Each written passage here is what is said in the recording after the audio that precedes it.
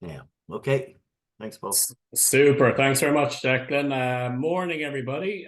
Great to get the opportunity to speak to you all again. Hope you all had a nice Christmas, and hopefully you got a bit of time off. So what I'm going to do this morning is I'm going to take you through the credit management mock paper. Okay, so I'll take you through that, give you some ideas as to if that were the real paper, what it is we'd be looking for in terms of answers. So I'm going to do that. So that'll probably go on, I suppose, for probably 40-45 minutes, something in that region. Then I'll put the mock paper away, and just for myself, not for everybody, but just for myself, I'll take out the real paper. And what I will do is I'll give you some indication as to the areas to focus on in terms of the time you have left to study. Okay. Which I think is probably the bit that you're probably going to be most interested in. So I'll take you through the real paper, give you some idea, and then just some final pointers, and then we'll wrap up. Okay. What I will do in terms of time, just to quickly say, my computer is buzzing a little bit in terms of kind of it's kind of prompting me to do updates, which I thought it had done. So if I suddenly disappear, I will come back on, but I don't expect that to be a problem. But just to say, if I do vanish suddenly, I will log back in and come back on to you. So just bear with me, but I don't expect that to be an issue. That's just in case.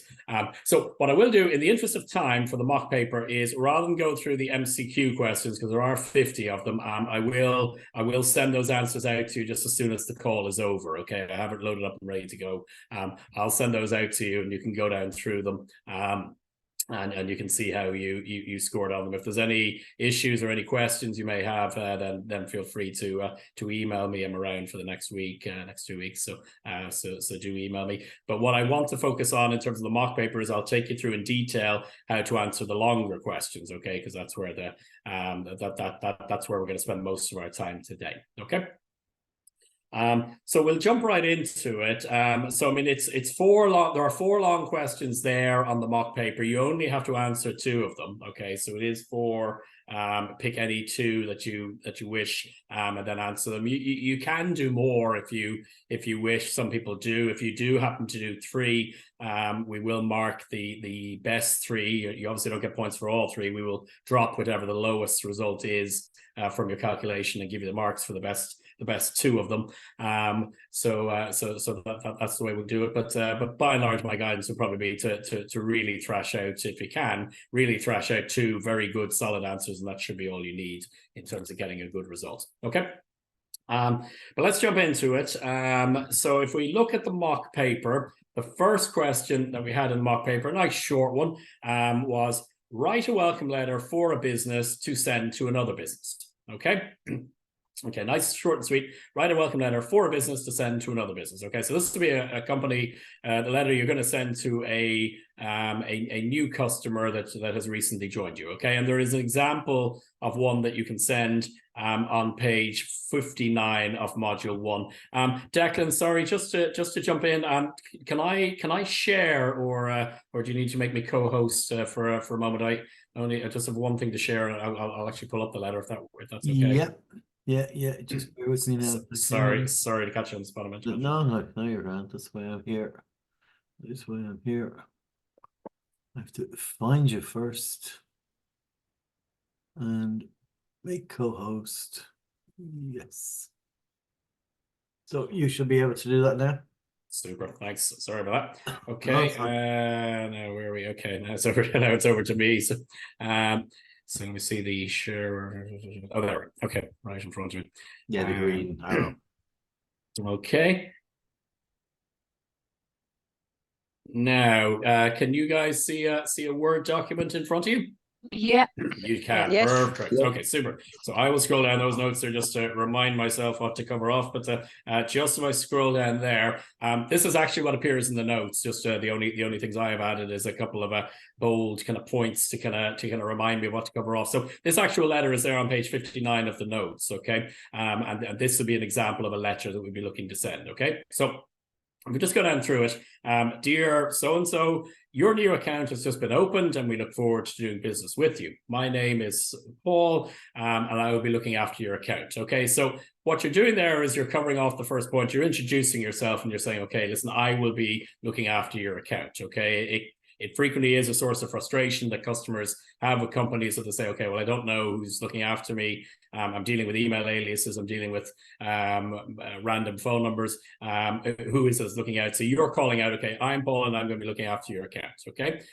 So that immediately gives them somebody to talk to in the event of any queries or discussions that need to be had. Okay. So that's the first point you're covering off in the letter.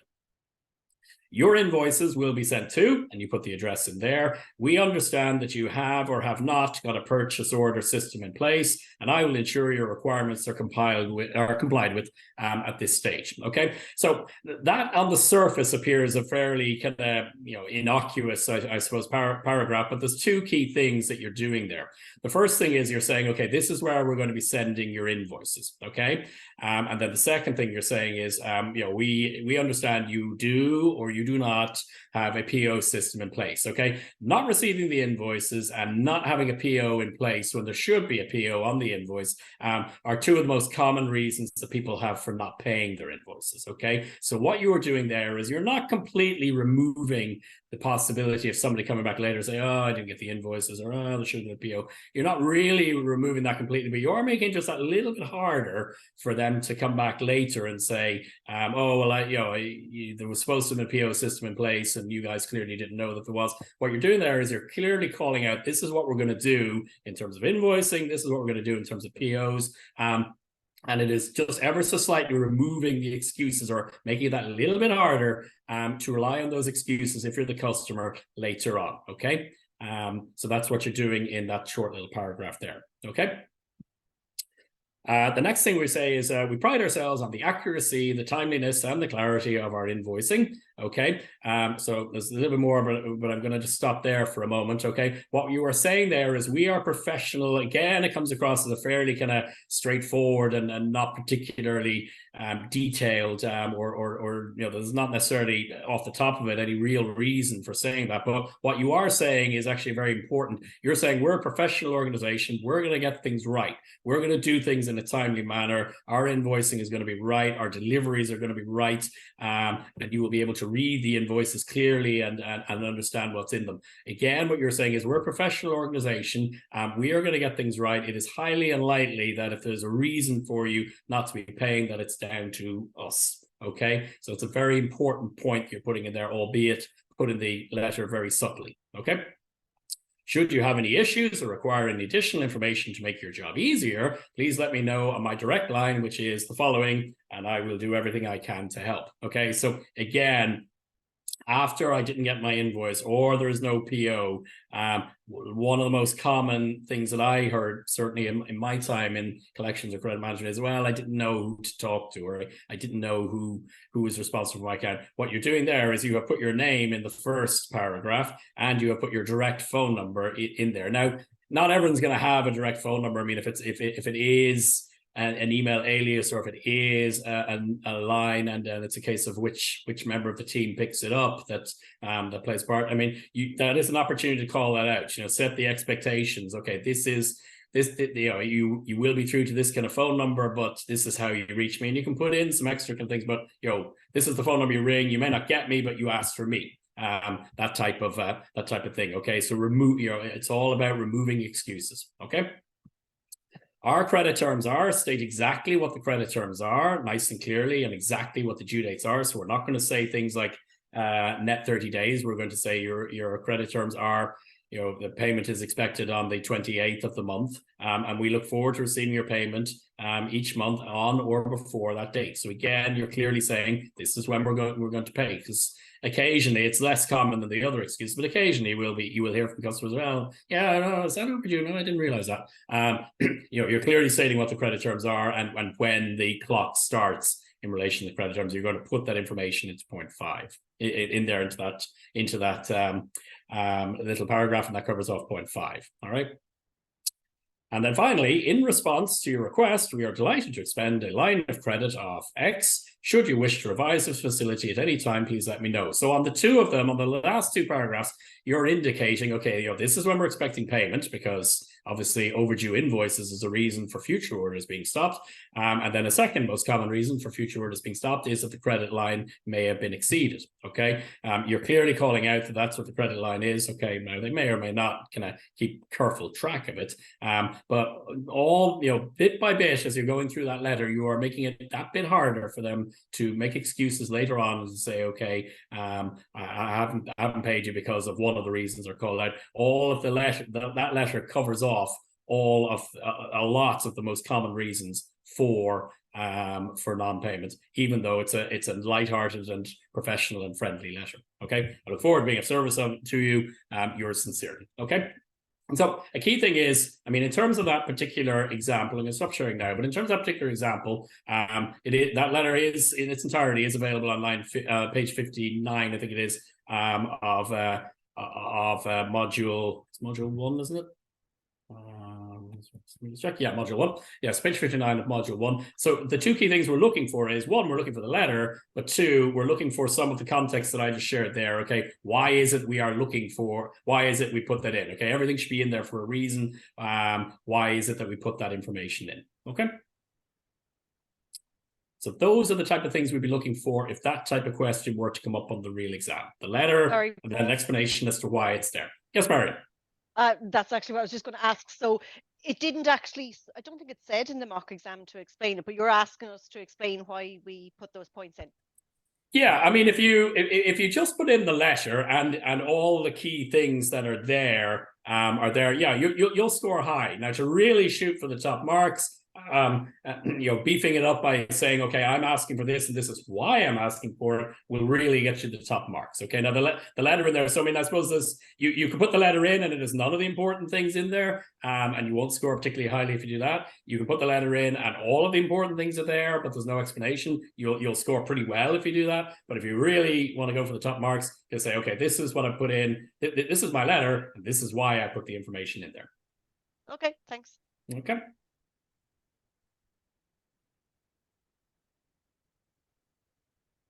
Any additional questions on that? No. Yeah, I asked a question. Hi, Paul. Hey, Virginie. Hi, excuse me. I was just wondering, would you disclose the credit line actually that the customer is veiling off? That's something that I would not have myself. I would not have disclosed to the customer, but I would just have mentioned something like any question or, sort of more to pay on time, something more like that instead of disclosing. I just wanted to have some guidance on that, please. Yeah, maybe I'll jump in there, Paul, if I can, because I know different companies have different policies, and sometimes sales managers are slow or reticent to share the credit information with customers. In all my years in credit, I always find that honesty is the best policy. And if they have applied for an account and you've awarded them a 20 grand line of credit, tell them. And particularly if you have a system that will eventually hold orders should they exceed the system, I think in fairness to the customers, they should know. And look, if your company policy says we don't do that, then obviously follow your company policy. If you have a chance to set the policy, then I would be recommending to the leaders, look, this is the line. We should be communicating with our customers. And, in terms of best practice, it is best, I think, if you share the information. Thank you. All right. Thank you. Thanks.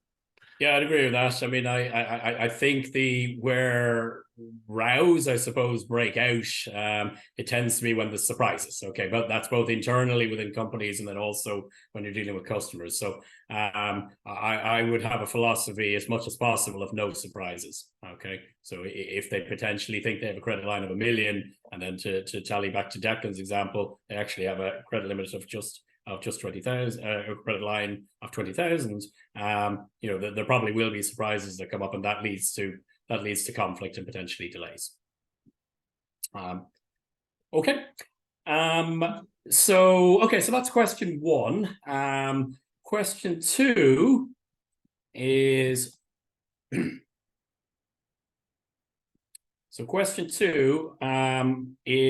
what information should be obtained on a new account application form or a new customer information sheet? I don't know. Sorry, I don't know whether I added this myself or whether it's in there. But why do you require it? Okay. You can use either a consumer or trade form. Please state which one you are using at the start of your answer. Okay. So obviously trade application forms and consumer application forms are very different. We'll go through both of them as part in terms of how to answer this question. Okay.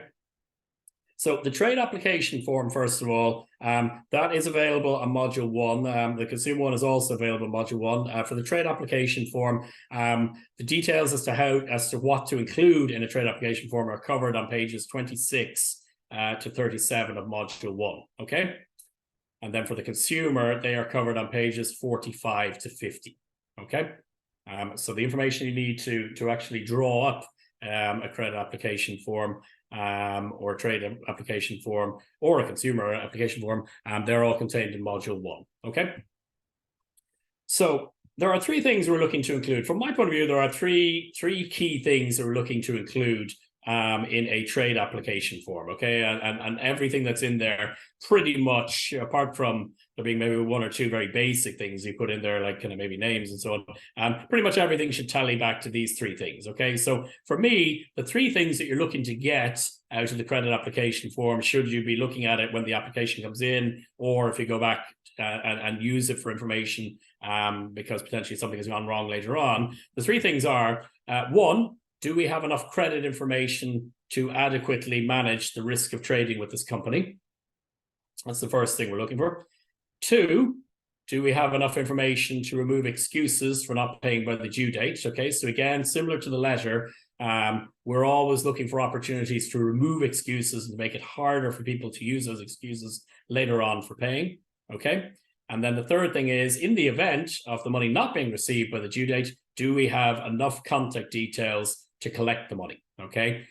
If you find that all you have is 1 email address and that email address doesn't work or is not responded to, that may not be enough. Okay, so ideally you're going to beef it up with some other things. So for me, everything in there, and now you need to put it in an appropriate order. You can't just kind of say, okay, well, I'll put all the credit stuff at the top, and then then we move on to the excuses, and then we talk about contact details. It may not flow particularly well if you do it that way. So it will be kind of a bit more logical in terms of the order, but those are the 3 key things that we're looking to get out of the application form. Okay, so as I said, the example of a trade application form is available. It's covered on pages 26 to 37. So the types of things that you're going to be putting in there, if we look at the first one, which is, okay, credit information. Okay, type of things we're going to be looking for on the form is 1, the legal name. Okay, so remember, there is the trading name. Okay, the trading name comes under a different category, but there's also the legal name. So if you need to go legal, do you know who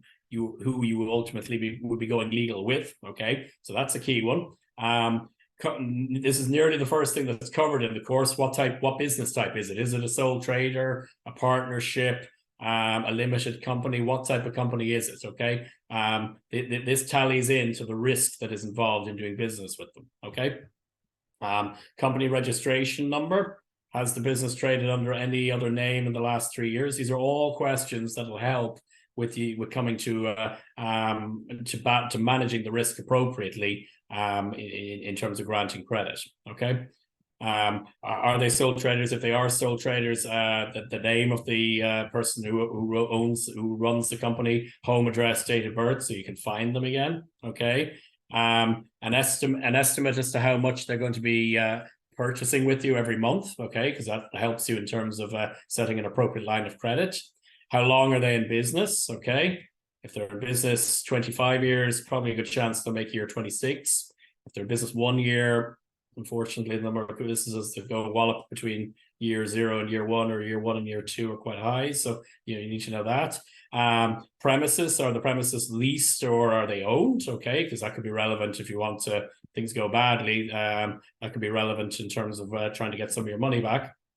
and also relevant in terms of the competition, who's competing with you for their money, and then the trade references. So these are all things that would appear on most trade application forms, and the reason they're there is to allow the person reviewing it come up with a good assessment as to how much of a risk they are taking by lending a certain amount of money or extending a certain amount of credit to this company. Okay.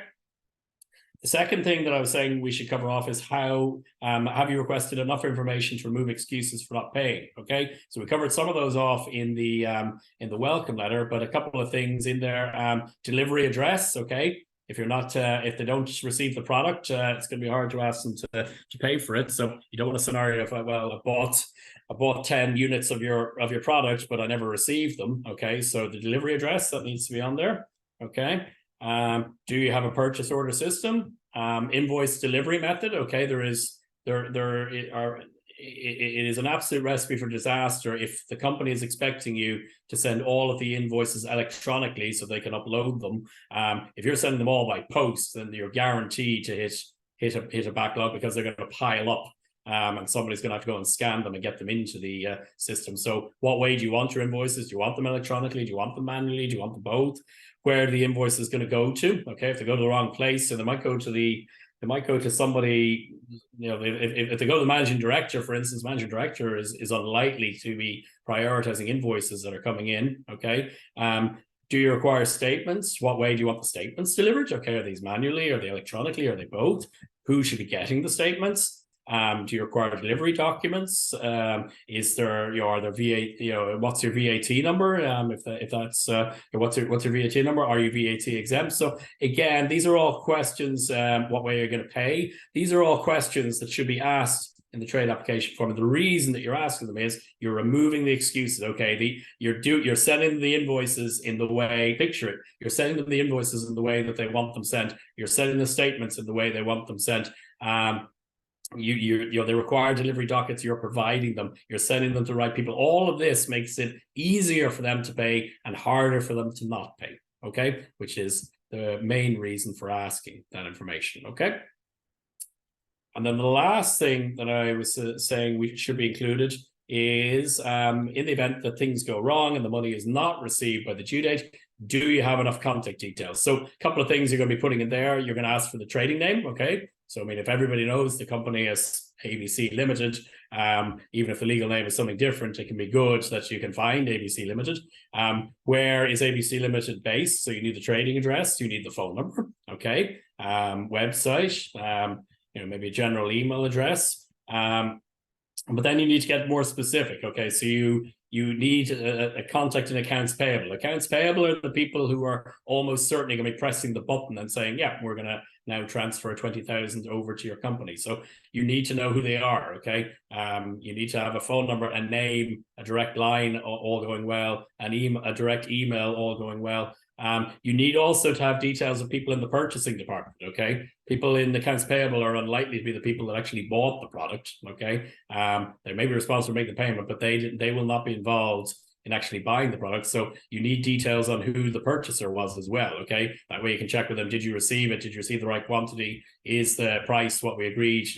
You need somebody that you can reach out to on that side. And then you need escalation points. So you might well say, okay, that's fine. That's somebody in the accounts payable department, but I now need to know who their manager is, so that in the event that they're not answering the phone or they're not responding to the emails or the account is about to go on hold, that I have somebody I can escalate it to. And similar, you may, depending on the size of the company, if it's a Fortune 500 company, I don't think there's an awful lot of point in getting the managing director's name, because you're not necessarily going to be able to reach them.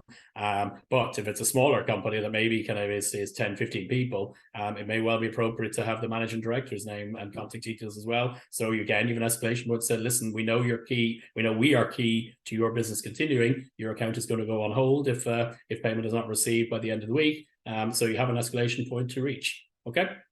But you definitely want a number of them. Okay. And I would say at a minimum, you want the accounts payable one, because they're the people who are going to be pressing the buttons, and you will also want people in purchasing, because they're the people who will be able to confirm, yes, the price is right, the quantity is right, and we received the product. Okay. So, in terms of answering that, similar to the letter, if everything's contained in it, and it's the right information, then you're looking at high marks. Ideally, go a step further and say, okay, I am asking for this information because it will help me reach somebody in the event of payment not being received. I'm putting this information in. I'm asking for this information because it allows for a good credit assessment as to how credit worthy the customer is. And I'm asking this information because I'm looking to remove excuses from them making payments on time. If you put all of that in, you're heading for good marks. Okay. Now, I will say this won't be the last time you hear me say it, but it's an important point for me to make. Particularly, I don't think this is necessarily relevant in risk, but it's certainly relevant to credit management. It is not a scavenger hunt. Okay, this is, as Declan will have gone through earlier, this is essentially an open book test. Okay, you're doing it remotely. You have access to your notes, but it's not a case of, okay, find the relevant information, highlight it, copy it, and paste it into your exam sheet. Okay, you're not going to score very well if that's what you do. We're looking for more than that. Okay, we're looking for, I suppose, evidence that you've understood the material and that you can apply the material to your day-to-day existence. So there are examples of credit application forms in there. Don't just copy one and say, well, there you go, there's your credit application form. Okay, if you have one of assuming you have one of your own, it'd be no harm to kind of take it out and have a look at it and have it ready. Not looking for any confidential information, not looking for you to break any trust or get into any trouble with any bosses or anything like that. But if you have your own credit application form and you know that these questions are being asked and this is why we're asking them, put that in. Okay. So that's the trade one done. I'll move to the consumer one now in a second, but just on the trade one, are there any questions? Nope. Good. Thanks, Claire. Appreciate you. Appreciate your voice confirming that I'm being heard. Okay, thanks. Okay. So I'll just move on to the consumer one. Now, in the consumer world, now one thing, there were three reasons for asking for stuff in the trade application form. There's actually more, it's more just two in the consumer world, okay? And the two in the consumer world is we are looking to do the credit piece. So we will be looking to, I'll cover that off in a minute. We are asking questions so we can make a reasonable risk assessment, and then we are looking for contact details. Okay, the reasons for the excuses as to why we're not making payment is a little bit different in the consumer world. It's unlikely, for instance, that you're going to be looking for a PO if you're just one individual person. But just to cover off, so first of all, on the contact details, okay, so let me start with that because that's kind of, they're the first questions that you tend to encounter if you're completing a loan application form or some sort of credit agreement as an individual person. So you're going to be putting your first name, your surname, your address, contact details. So I mean, you're going to be asking for, who are you lending it to? Where do they live? Phone number, if applicable, is there are they willing to give a work number as well? That might be a little bit less common these days, but home phone number as well, in the event that they have one, again probably a bit less common these days, but the majority of the information that will be contained in a personal application form will be looking to allow the credit analyst assess the level of risk. Okay, so they will be asking questions like, okay, date of birth, what is their employment status? Okay, are you working full-time? Are you working part-time? Are you not working at all? Are you a student?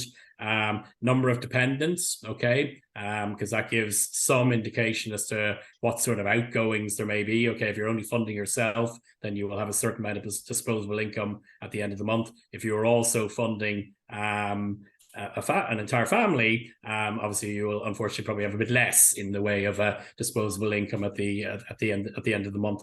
How long have you lived there? Okay, so in terms of your residential status, how long are you there? Are you renting? Okay, or are you a homeowner? Okay, if you're a homeowner, the likelihood of you kind of upping sticks and kind of moving are probably a little bit less than if you're a tenant. Okay, so that will factor into the risks decision. How long are they living there? How long are you working in that particular business? Okay, so you are employed, but how long are you working there? So again, if you're there 10 years, I suppose the chances of you making an 11th is probably fairly high. If you're only there 3 months, Are you still going to be there in 12 months' time? Maybe, maybe not. Okay. What other things can you potentially put in there? What is your obviously important ones like your income? Okay, I mean, it's essentially a lot of times the decision comes down in personal credit application forms comes down to, okay, well, how much money is going in and how much money is going out? So the first thing to find out is how much money is coming in. Okay, so what is your take-home pay every month from your main job? Do you have a second job? Do you have other source of income? Do you have savings? That kind of thing, and then it moves on to the outgoings.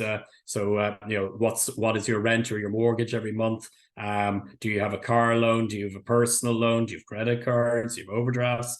Do you have childcare costs, which is a key one?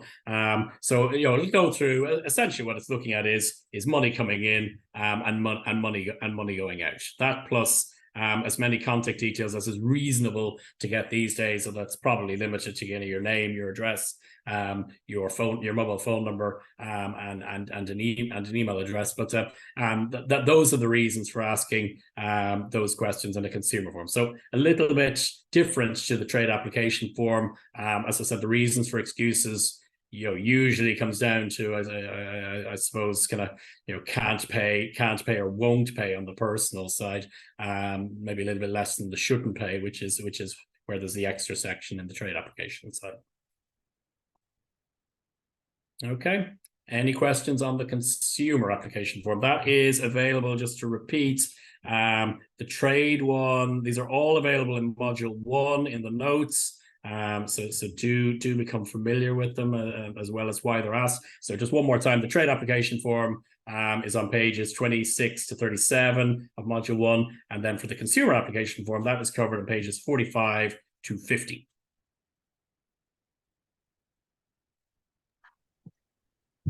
Okay, before I move on to question 3, any last takers on question 2? No, thanks. No, thanks there. Okay. No. Okie doke. We'll move on to question 3 then. So question 3 is describe in detail the steps you would take to improve the levels of cooperation and teamwork with the other departments in your business. Okay. Now this question comes from module 3. And the main details of it are on pages 20 to 21. Okay, but this is a very good opportunity, especially if you have a number of years working in a credit environment. This is a very good opportunity to bring in examples that you may have used yourself or seen others use themselves in the work environment. So examples, I have to say, I'll repeat it at the end of the session, but examples are extremely welcome, and you will, if you have good examples that are very relevant, you will score much better than if you don't include them. Okay. Excuse me. But first of all, who are you likely to be working with if you're working in credit? Okay. So the first one that we cover off in the notes is you're likely to be working with the marketing department. Okay, so marketing will have their ideas, their plans, their target markets, particularly this time of year, now that we're into a new calendar year. So right, in 2024 is going to be the year where we as a business do X and we start targeting this market or this country, this demographic or whatever. So you need to have, ideally, my recommendation would be have monthly catch-up meetings with marketing so that you have a good idea as to what it is that their strategic plans are. Okay, because as a group, as a business, you want to work together with marketing. The last thing you want is that marketing are reporting up to the board or reporting up to the MD and saying, okay, we have these great ideas to expand and to go here, but those people in credit or collections, they don't want us to do them, and they're putting hurdles in our way to stop us doing them. So what you want to have is you want to have monthly catch-up meetings. The aim is always to say yes to whatever it is that marketing are looking to do, but you want to tell them what it looks like. You want to put whatever controls are necessary in order to make it work. Okay. Now, the best example, I may have called this out when I did the introductory session back in September, but the best example that I have of this over the years is I worked with a client years ago who wanted to expand into Africa. Okay. They had very, very good coverage everywhere else in the globe, but they decided they were going to really focus on driving up revenue in Africa. Okay, now Africa, I'll say from the get-go, Africa is a big continent with approximately 50 different countries. So I'm not for a moment pretending that they're all the same. But just in terms of some of the challenges that we encountered for some of the countries that we did, was the plan was to apply, I suppose, a model that works well in Europe. You know, in Europe, for instance, it's not unheard of at all to call up people that you've never met before and ask them for money. Okay. You know, that is a fairly standard way of working across Europe.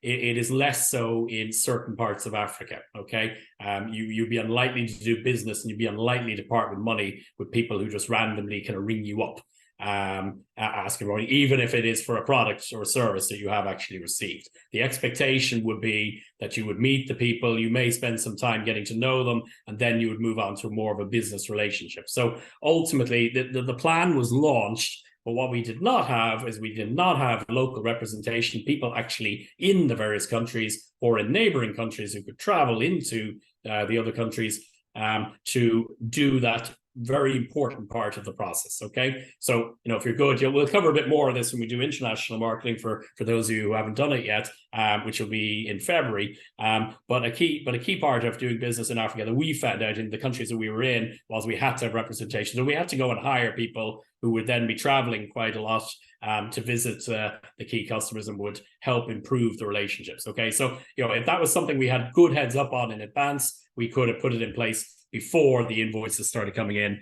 and before the overdues started mounting. Okay, so very important. Have regular meetings with your marketing team. Be positive. Look to support. But say, you know, in the example that I just gave, it should be a case of, okay, yes, absolutely, we can go and we can start intensifying our sales activity in Africa. But in return, we will need to have some credit controllers who are on the ground who can work to facilitate the relationship, or we will have to have people on the sales side who will do that work for us in order to be successful. Okay, so that's an example. You may well have your own examples. I'd be delighted if such a question comes up in the exam. I'd be delighted to hear them. Okay, so that's on marketing. Sales, obviously you're going to come in contact with sales if you work on the credit side of things, and then, you know, traditionally and historically, the way that people would see credit and sales interacting would be sales try to put the sales through, and then credit and collections block some of them to stop them going through because there's overdues or the customer has exceeded their line of credit. Okay. You know, the best example, which I know is one that Declan regularly calls out, which you may have heard from some of the introductory discussions, or maybe other dealings you might have had with Declan. A most common one is reverse the process. Okay, so instead of having a scenario where sales go and they do their billing, and then it's case, oh, hang on, the second deal is blocked because of this, fourth deal is blocked because of that, and the sixth deal is blocked because of that. Get a list from sales at the beginning of the month, right? This is where we're going to be focusing our activity. These are the sales we're going to be trying to put through. And then we go on the credit side, we go and we have a look and we say, okay, these ones are green because they will sail through without any issues. These ones are amber, so they will go through as long as the payment is received on time for the existing ones, or as long as as long as there are no additional deals that go in on top of it, because that'll reach the line of credit. And then these are the red ones where, okay, you're trying to do business here with a customer who is routinely overdue, and therefore we can't support it unless something is put in place to stop them being routinely overdue. Okay, so you know, so the plan would be get a list from sales at the beginning of the month as to what deals they're looking to do by the time we reach the end of the month. That way you can proactively go and look at what's needed in order, if anything, for those sales to be successfully through. Okay, beyond that, as I would say, kind of, regular contact with salespeople, build a relationship. Be as helpful as you can, but don't be afraid to look for things when you need help as well. And I suppose as much as possible, learn the role as well. I think everybody has a perception that everybody else's job, that their job is the hardest, and everybody else's job is easier. Get wherever possible, get to learn as much as you can about the role. Okay, but sales will be the second team that you're probably going to be engaging with when you work in credit. Okay. The third team that are called out in the notes is the operations team. Okay, and from my point of view, there are 2 or 3 reasons why you need to have a good working relationship with operations. One, if they bill everything correctly first time round, your job is going to be an awful lot easier. Okay, all right. So that would be a key one. Okay, in the event that things are billed incorrectly, you are going to need credit notes in order to fix credit notes, and probably rebills in order to fix them. Okay, and what you do is you want them processed in a timely manner. If the number one invoice on your ledger is waiting on a credit note, you know, it's very handy to be able to pick up the phone or jump on an email or jump on Pings and talk to Bob, who you built the relationship with, and get the credit note done in a timely manner. Okay. And the third thing, depending on your company, the third reason that you need operations is they may be involved in the master data. Okay. So again, I mean, there's a huge section in module 2 on right first time. Operations will play a very key part in right first time. Okay. You want the master data to be correct. You want the invoicing to be correct first time. In the event that it's wrong, you want credits and rebills to be done in a timely manner. Okay. So, I mean, the way I've historically over the years worked with operations is, I mean, again, I've done regular engagement with them. If there's kind of an operations kind of huddle for 15 minutes once a day, I've tended to join them. Okay. That way I get an idea as to what their priorities are. These are the deals they're looking to get over the line. I've always found that in operations, weeks 1 and 2, they tend to be reasonably quiet in the month. Week 3 a bit busier, and then they're out the door in week 4. So week 4 is not the time to come and approach them and say, listen, I got this really big credit note and it really has to be done this month. Ideally, you'd be flagging that in week 1 or 2, and you can get that done nice and in advance. Okay.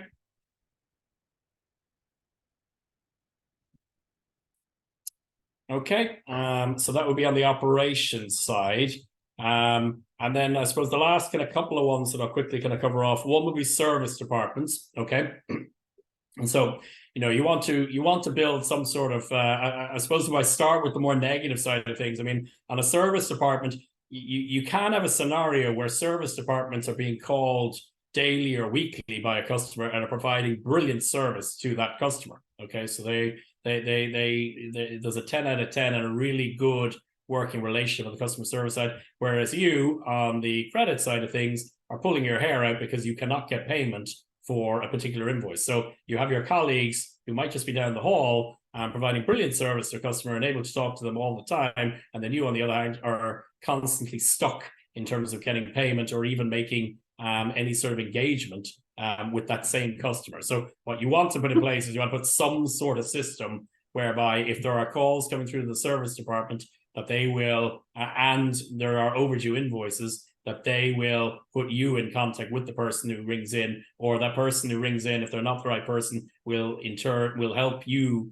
get in contact with somebody else in their company to solve the overdue issues that you are having. Okay. So years and years ago, I worked on the customer service lines for Citibank. There were flags that came up on our account every time a customer shared their account number. If they were overdue, a flag would come up, and we would transfer. We would not assist them until credit collections had an opportunity to talk to them, because a flag would come up saying, right, this account is overdue. We would say, okay, listen, just hold on a second.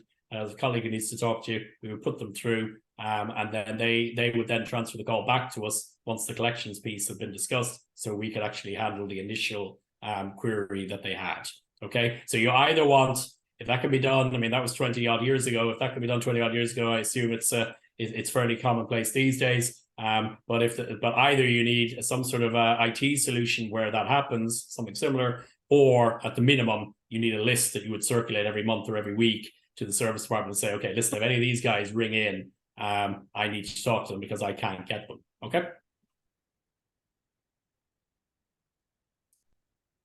So those are the type of things we're looking for in the event of question 3 coming up. And I gave you the Africa example. I gave you the sales example, which is the one that Declan has used many times. I've given you the example of my Citibank days. You may well have examples of your own, okay? And putting those in as part of the answer would certainly strengthen it. So the notes are there. Again, it's not a copy paste type job, but feel free to explain the same notes in your own way. But I would hope, all going well, if you have experience in the credit collections environment, that you may have some of your own examples that you could say, okay, there was one time I did this in sales. Now, you don't have a huge amount of time in the exam, okay? I get that, okay? It's not the assignment. I'm not expecting pages explaining kind of how I engage with one particular person in the sales department, but a couple of little examples that you can get in and build them into your answer, which are relevant from your work, will really strengthen your answer, and you're really going to be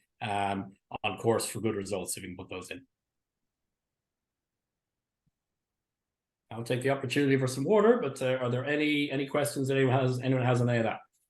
Paul, this was one of the questions that I kind of did for practice, and I just want to ask if this would kind of suit.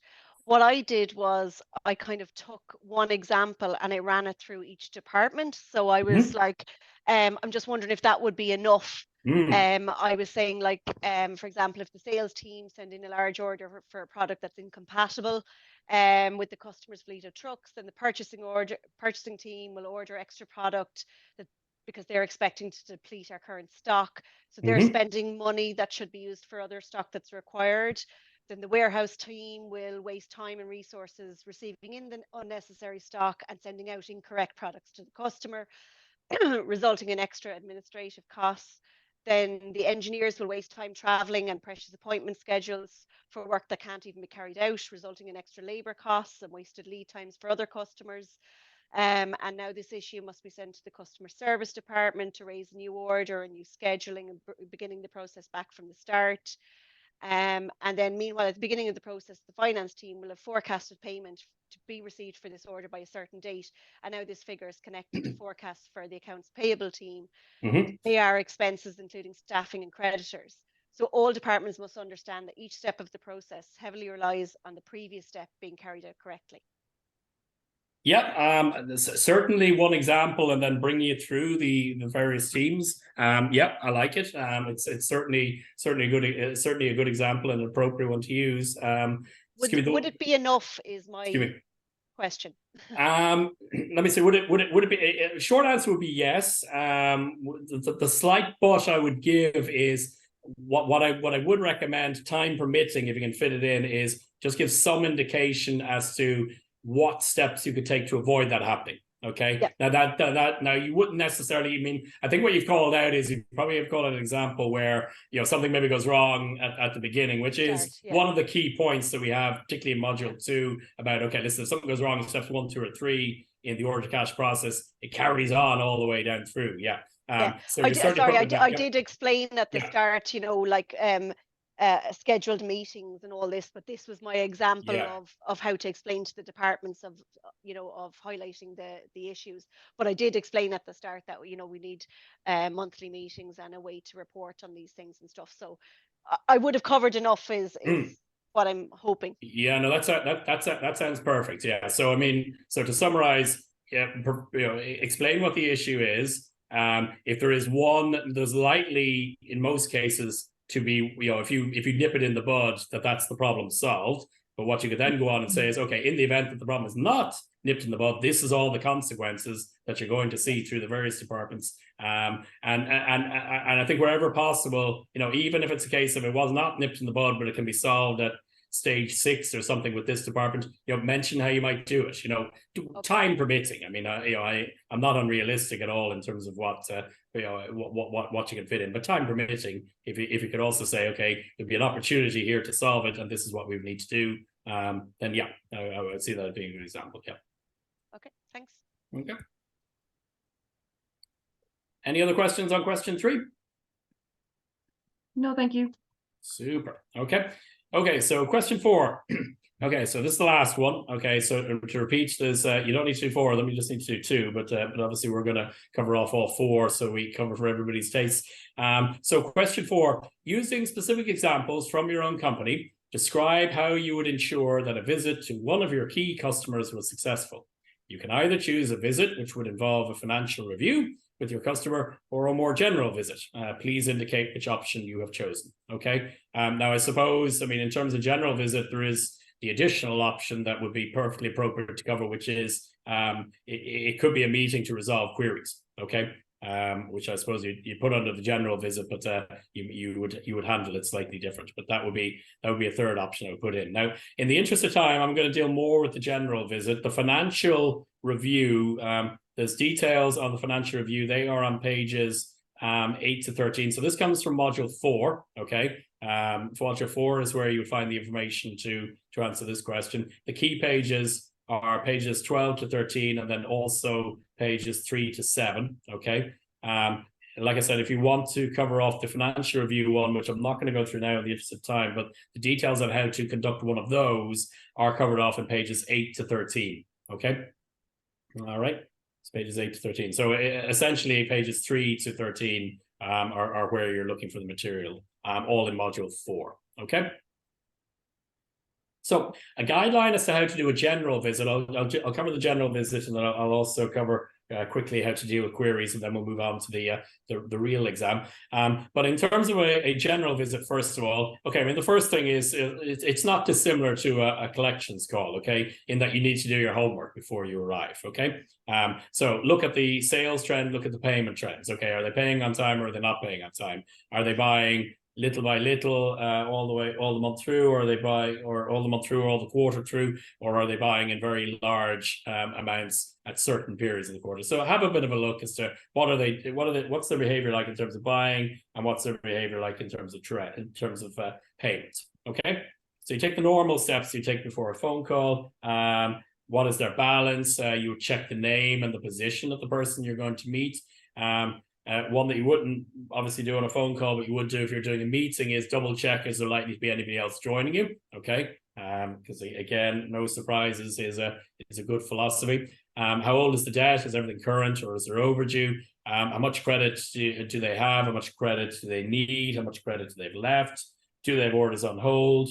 Are there pending orders that are in the system that are clearly on the way? What their balance is? All of that kind of type of stuff that you would do on a normal collections call. I suppose, given it's a visit, you may want to spend a little bit longer on it. Okay.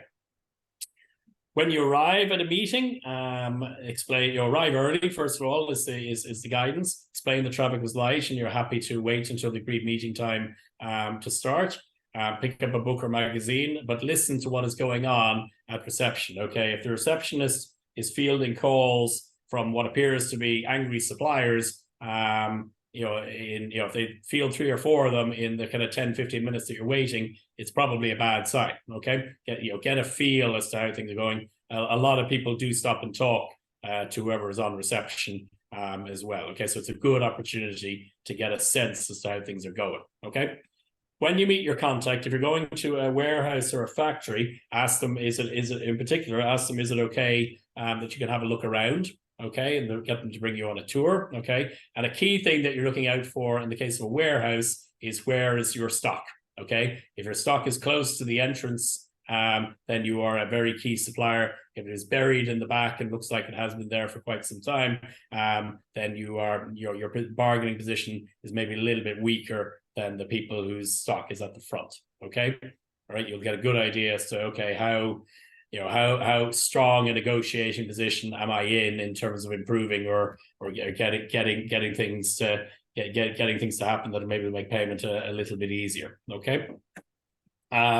So in terms of the meeting itself, so the first thing you're looking to do is to find out their requirements. Okay, so I mean, if you're dealing with any sort of a medium to large company, there's going to be more than one person involved in getting payment processed on time. Okay, so what you want to do ideally is to meet them. Okay, I mean, I suppose you have to be realistic in terms of time. You're not necessarily going to get a chance to meet every single person involved in every single payment on your entire ledger, but there are likely to be key customers that are on the ledger. So if they warrant a visit, then it is also worth your while to meet, ideally, if at all possible, every person that's involved in the actual processing of the payment. Because what you want to do is you want to find out, okay, how does it work?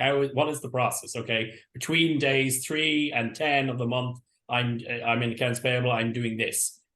From day 11 to day 20, I'm doing that. Okay, if payment is to be received on the 28th of the month, it'll need to be approved by the managing director by the 25th. In order for he or she to approve it on the 25th, it'll need to be on their desk by the 20th, and so on. Work your way either forward or back through the process. Get to know every stage of the process. Take note in it, write it down, and the more you learn about how the process works, the better chance you have of making sure that they have everything they need to ensure on-time delivery, and to ensure an on-time payment. Okay. So do that. So sorry, where am I next? Let's see then. So I mean, and the whole reason for this, I mean, the key point I want to make in terms of this is you're better off trying to fix things up front than trying to fix them afterwards. Okay, it's much easier to do things when when all of the invoices are still current than when the invoices are already reached 60 plus. Okay, you want to find this information out before the invoices go overdue. That way, you're in a position to put something in place. Or if it happens once, you want to learn from it and then have the opportunity that by the next month we know that the invoices need to be received by X by Y date, and based on that they can then start their process and make an on-time payment, which is ultimately what it is that we're looking to do.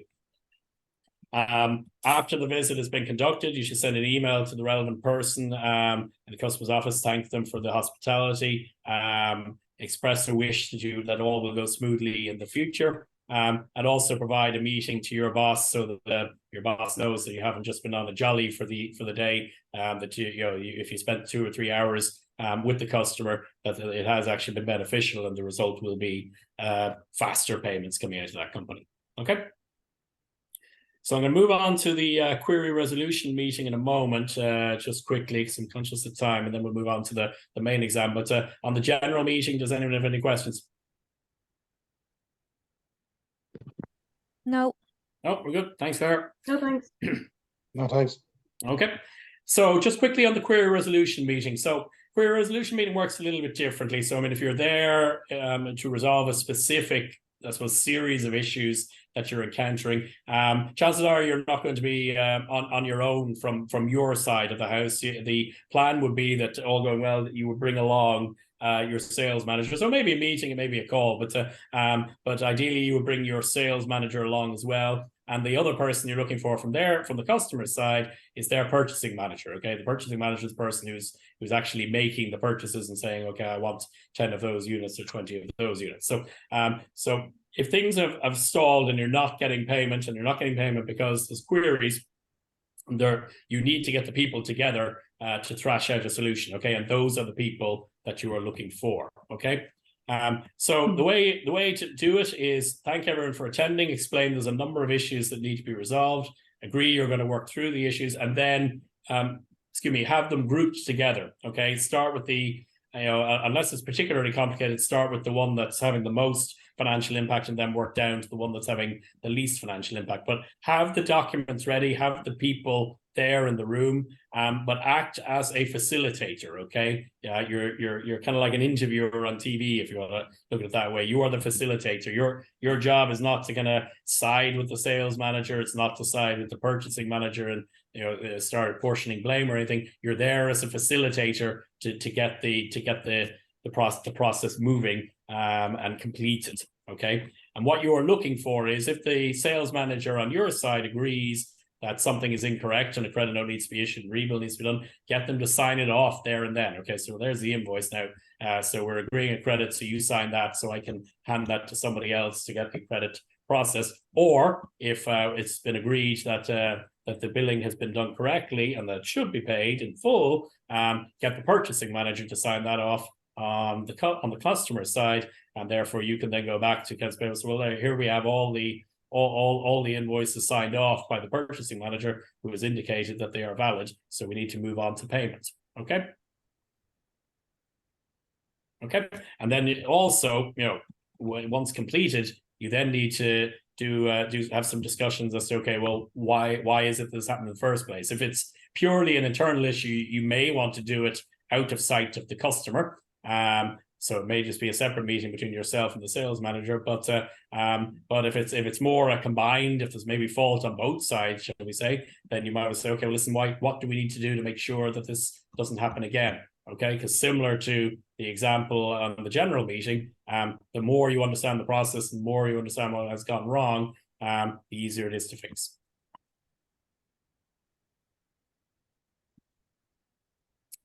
Okay, so that's how to do a query meeting. Any questions on that before we move on to the real exam? No. No. Yeah, we're good. Okay, you're all anxious to hear about the real exam. Okay, Very good. Okay, so let me turn that off and let me go back. Sorry, I turned it a little too quickly. So in terms of the real exam, sorry, 1 second. In terms of the real exam, okay, so same format. Okay, so you have your multiple choice questions. Okay, the answers to the mock one, I will be sending out to you in a few minutes. Okay, some of them, there may be some crossover. Okay, so if you know how to do all the ones in the mock one, you might have 5, maybe even 10 of them already nailed for the real one. There may be some crossover.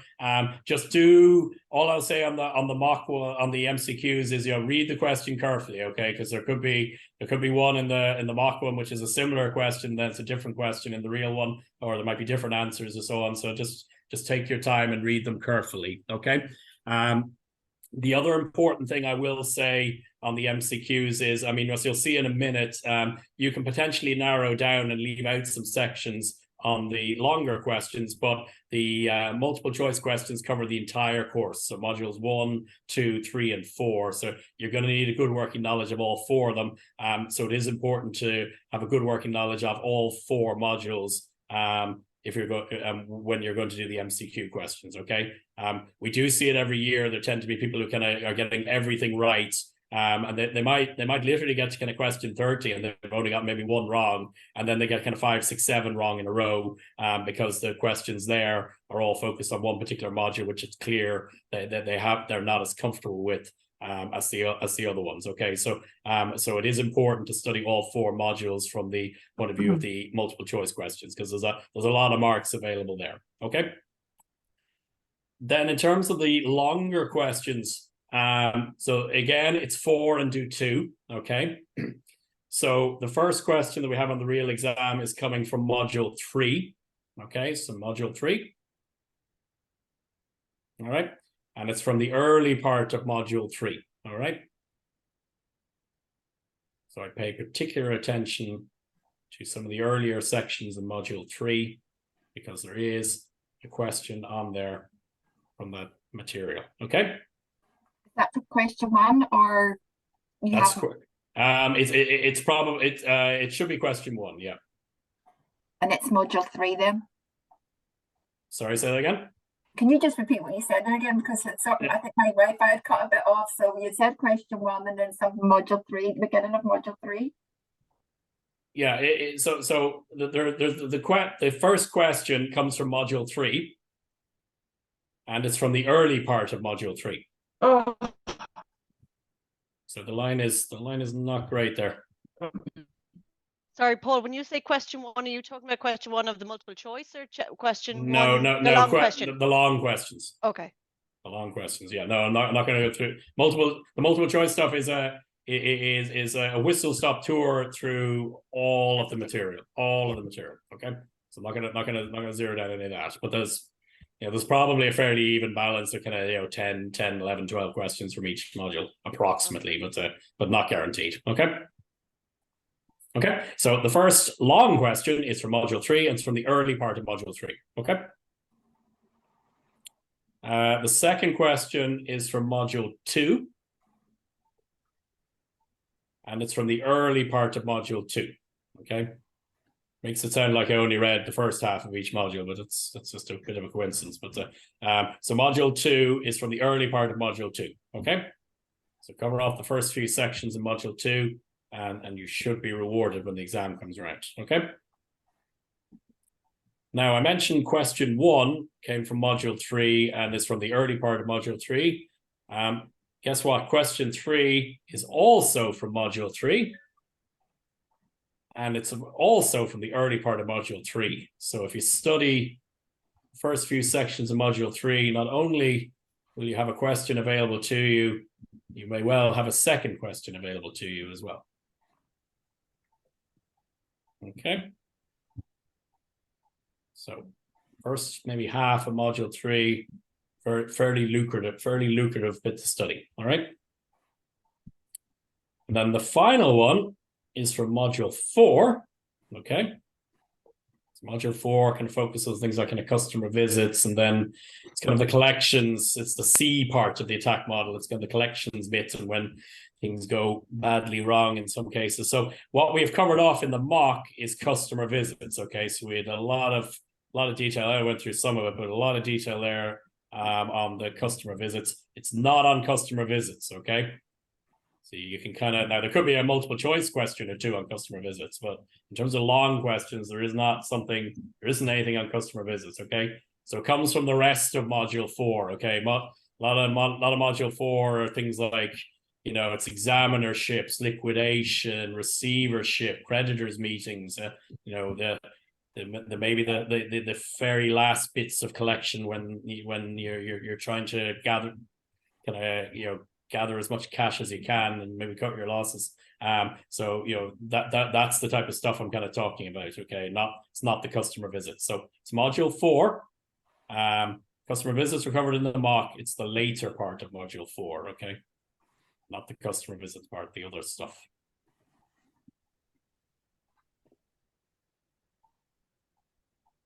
So I have a couple of key points I just want to mention again, and then I'll throw it open to any questions. So, I mean, how to score well, okay? First of all, on the MCQs, as I said, do all 4 modules, okay? Know them well, all right? You won't have time to go hunting for all 50 questions or all 50 answers in there. So know the material well. And yeah, absolutely, you can go and check if there's 5 that maybe you're kind of, well, I'm not too sure. Yeah, you have time to go and check 5, sure. You won't have time realistically to go and check all 50. Okay, so you want to kind of know, you want to have a reasonable knowledge of what's where, at a minimum what is where in the notes for the MCQs. Okay, so study all 4 modules for the MCQs, even if you're going to focus on, you know, module 3, for instance, in the longer ones. All right. Okay.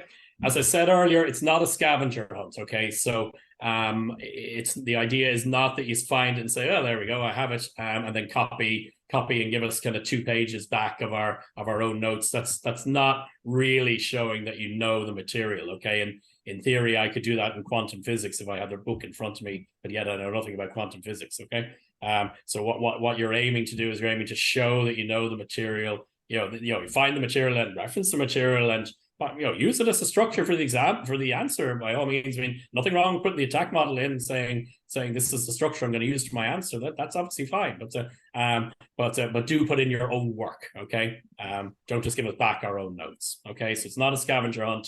The idea is to show that you've learned the material, that you know the material, you understand the material, and to back it up with examples. Okay, the more examples within reason you can put in, the better. Okay, do you have to have examples? Are you going to fail if you don't have examples? No.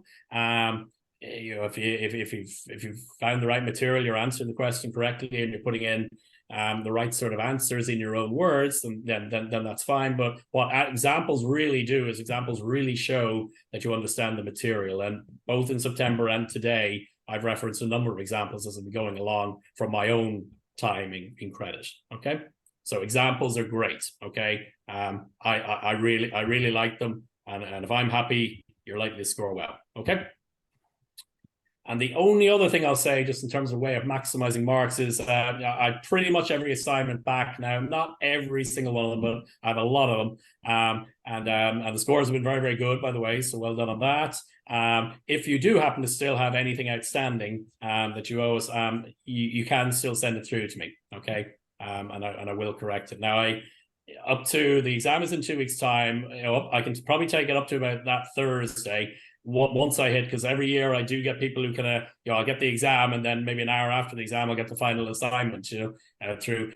Once I'm in exam mode, I'm staying in exam mode. Okay, I won't be taking time to kind of divert, and it's not really fair to those that got the stuff in on time if I divert time from the exam to correct assignments. Okay, we're on a tight schedule, so I will be getting stuff back to Declan you know, a few days after the exams are over.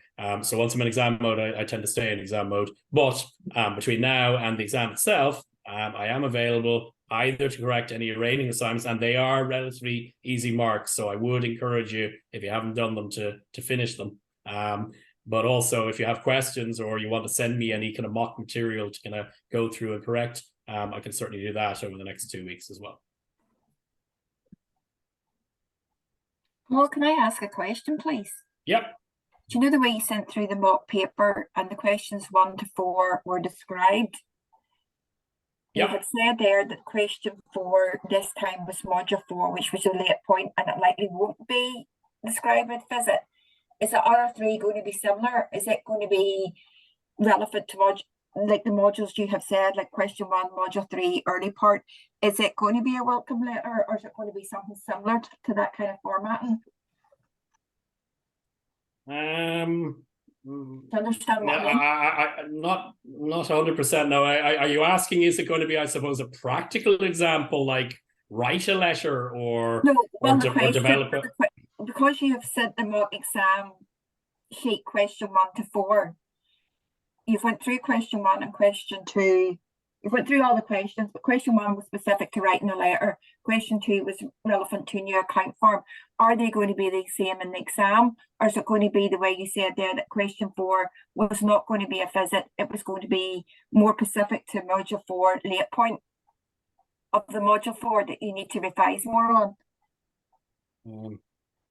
I'm sorry, I don't quite, I'm really sorry, I just don't quite understand the question. I mean, it's going to be from the sections that I've described, okay? Okay. It is going to be, I mean, let me just call up for my, only for my own eyes, a little bit of the just hit the share button there, it'll be quite all right. we make it, try to make it relatively, but not too easy either. So, but I mean, the type of questions you're going to be looking at. I mean, the first one, I mean, the beginning of one of the questions, for instance, is using examples from your work environment. ... You know, explain something to us. I mean, that's the wording of one of the questions. Using the information here in module 2, for instance, describe something to us. That's the kind of wording of another one. What else do I have? No, that's grand. It's sort of just to, you know, give an idea, but no, that's fine. Yeah, I mean, those are a couple of the suggestions. Sorry, I've called up. Sorry, I just need to. There's an extra thing I need to call up. I just have the information on 2 different places. Sorry, just bear with 1 second. So I mean, that, you know, that's the kind of that would be a couple of examples. That, you know, I do the last 2. I mean, you know, third one, describe in detail something which is covered off in, you know, it doesn't say module 3, but that's where it comes from. And then the last one, you know, in your job as a credit controller, explain something to us, you know, which we cover. So those are kind of the examples. I mean, I will say, if it helps, I mean, you don't necessarily need to be overly creative, okay? So, I mean, I know there was a question in the mock of kind of write up a letter, and there was a question in the mock kind of do up a credit application form. Now, that might maybe have people nervous, so they kind of say, oh, jeepers, do I need rulers and red, well, obviously not gonna be rulers and red pens, but if you were doing them in exam hall, do I need rulers and red pens type thing, or, you know, what, you know, can I get the formatting right and make it look good? That kind of stuff. There's less in the way of that. It's more a kind of wordy answers we're looking for. But the word examples, as you heard from what I just said, appears at least once, and I think maybe even 2 or 3 times in the main one. So we are looking for you to draw on your experience wherever possible. And listen, you can make it up, okay? I'm not in a position to check if you had a disagreement with a sales manager somewhere along the way and you want to use that as your example. You know, I'm not going to be in a position to check. You know, you can imagine what would happen. You can imagine that it happened and write it down, right? I won't be checking. All right. And what's the marks for those 2 questions that you pick out of those 4? So let me see. Okay, so in It's terms 30 of the each. marks, Oh. yeah, Declan always has his fingertips. So it's 40. You get 40 marks for the multiple choice question, and then and then I think 30 each then for the 2 long questions. Can I ask as well? Is there a suggested word count for each of the 2 long questions? Yeah, and I see there's a comment in as well. How big the questions in terms of volume, please, for time management. Look, we know you have half an hour, so we're not expecting, you know, 47 pages. I would imagine for those questions probably equivalent to an A4 page. Would that be there or thereabouts, Paul. You're not going to answer it in a sentence or a paragraph, and because you've only half an hour, you're not going to write pages. So I'd say 1 or 2 pages where you're hitting the points that we're looking for is probably as good as anything. And look, if your whole time management goes out the window and you give 50 minutes to the first question, put bullet points down, put something down on the page to give us an opportunity to give you marks. Are you with me? So that's what it's all about. So I would say between a page and 2 pages should be enough for each question. And then there's another question there as well. Do you have to choose one question for 2 different modules? No. There's 4 questions on the second part, and you answer any 2 of those. So if 2 happen to be from the same section that you know well, then that's fine. Just any 2 from the 4. And again, pick the ones that you find easiest. And maybe I often find, but then I'm sort of old school anyway. So, on the questions, I might, if I have a piece of paper in front of me, I'll write down, here's the 10 points I know about that. And sometimes the question looks easy, and when you actually go to find information to write about, you find, whoa, there's only 2 things and I'm stuck. So that's really what it's all about. So just give yourself the best chance. And as Paul said to you, if you do have time to do a third question, do it. I do 2 good ones is probably the best way of doing it. If you have time for a third, we'll mark all 3 and give you the 2 top marks. And that's what it's all about.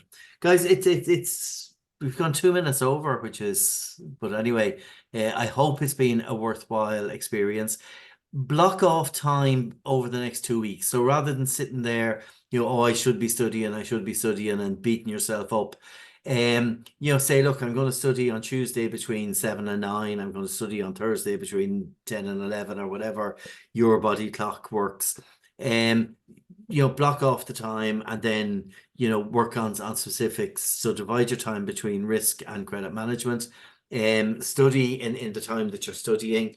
Be at your desks, relaxed, refreshed at 10 to 10 on the 17th. And you'll get the email in and just acknowledge that you've received it. And then, and even though, it's remote and it's email, I will be... Sorry, Declan. 27th. The 27th. 27th even. Oh, Yeah. Yeah. Don't get us all stressed. No, get carried away. Yeah. Sorry, the induction for the next term is the 17th, so I have that number in my brain. So yeah, it is the 27th, and that's it. And if you do have any questions, you can email me, or I'll be sitting at the desk for the duration. So if there's something you need to know, by all means, I'll be here to help you. Not with the answers, obviously, but with the structures. So if we're all done, guys, go have a great weekend. Enjoy. Get a bit of work done, go back over the mock papers, and look, we're here to help you if you have any questions or problems, and good luck with it all. Thank you. Have a great weekend now. Take care. Bye now. Thanks, Bye. bye-bye. Good luck, guys. Take care. Bye-bye. Bye. Thank Thank you. you. Thank you. you. See you all. Send the video through. Bye.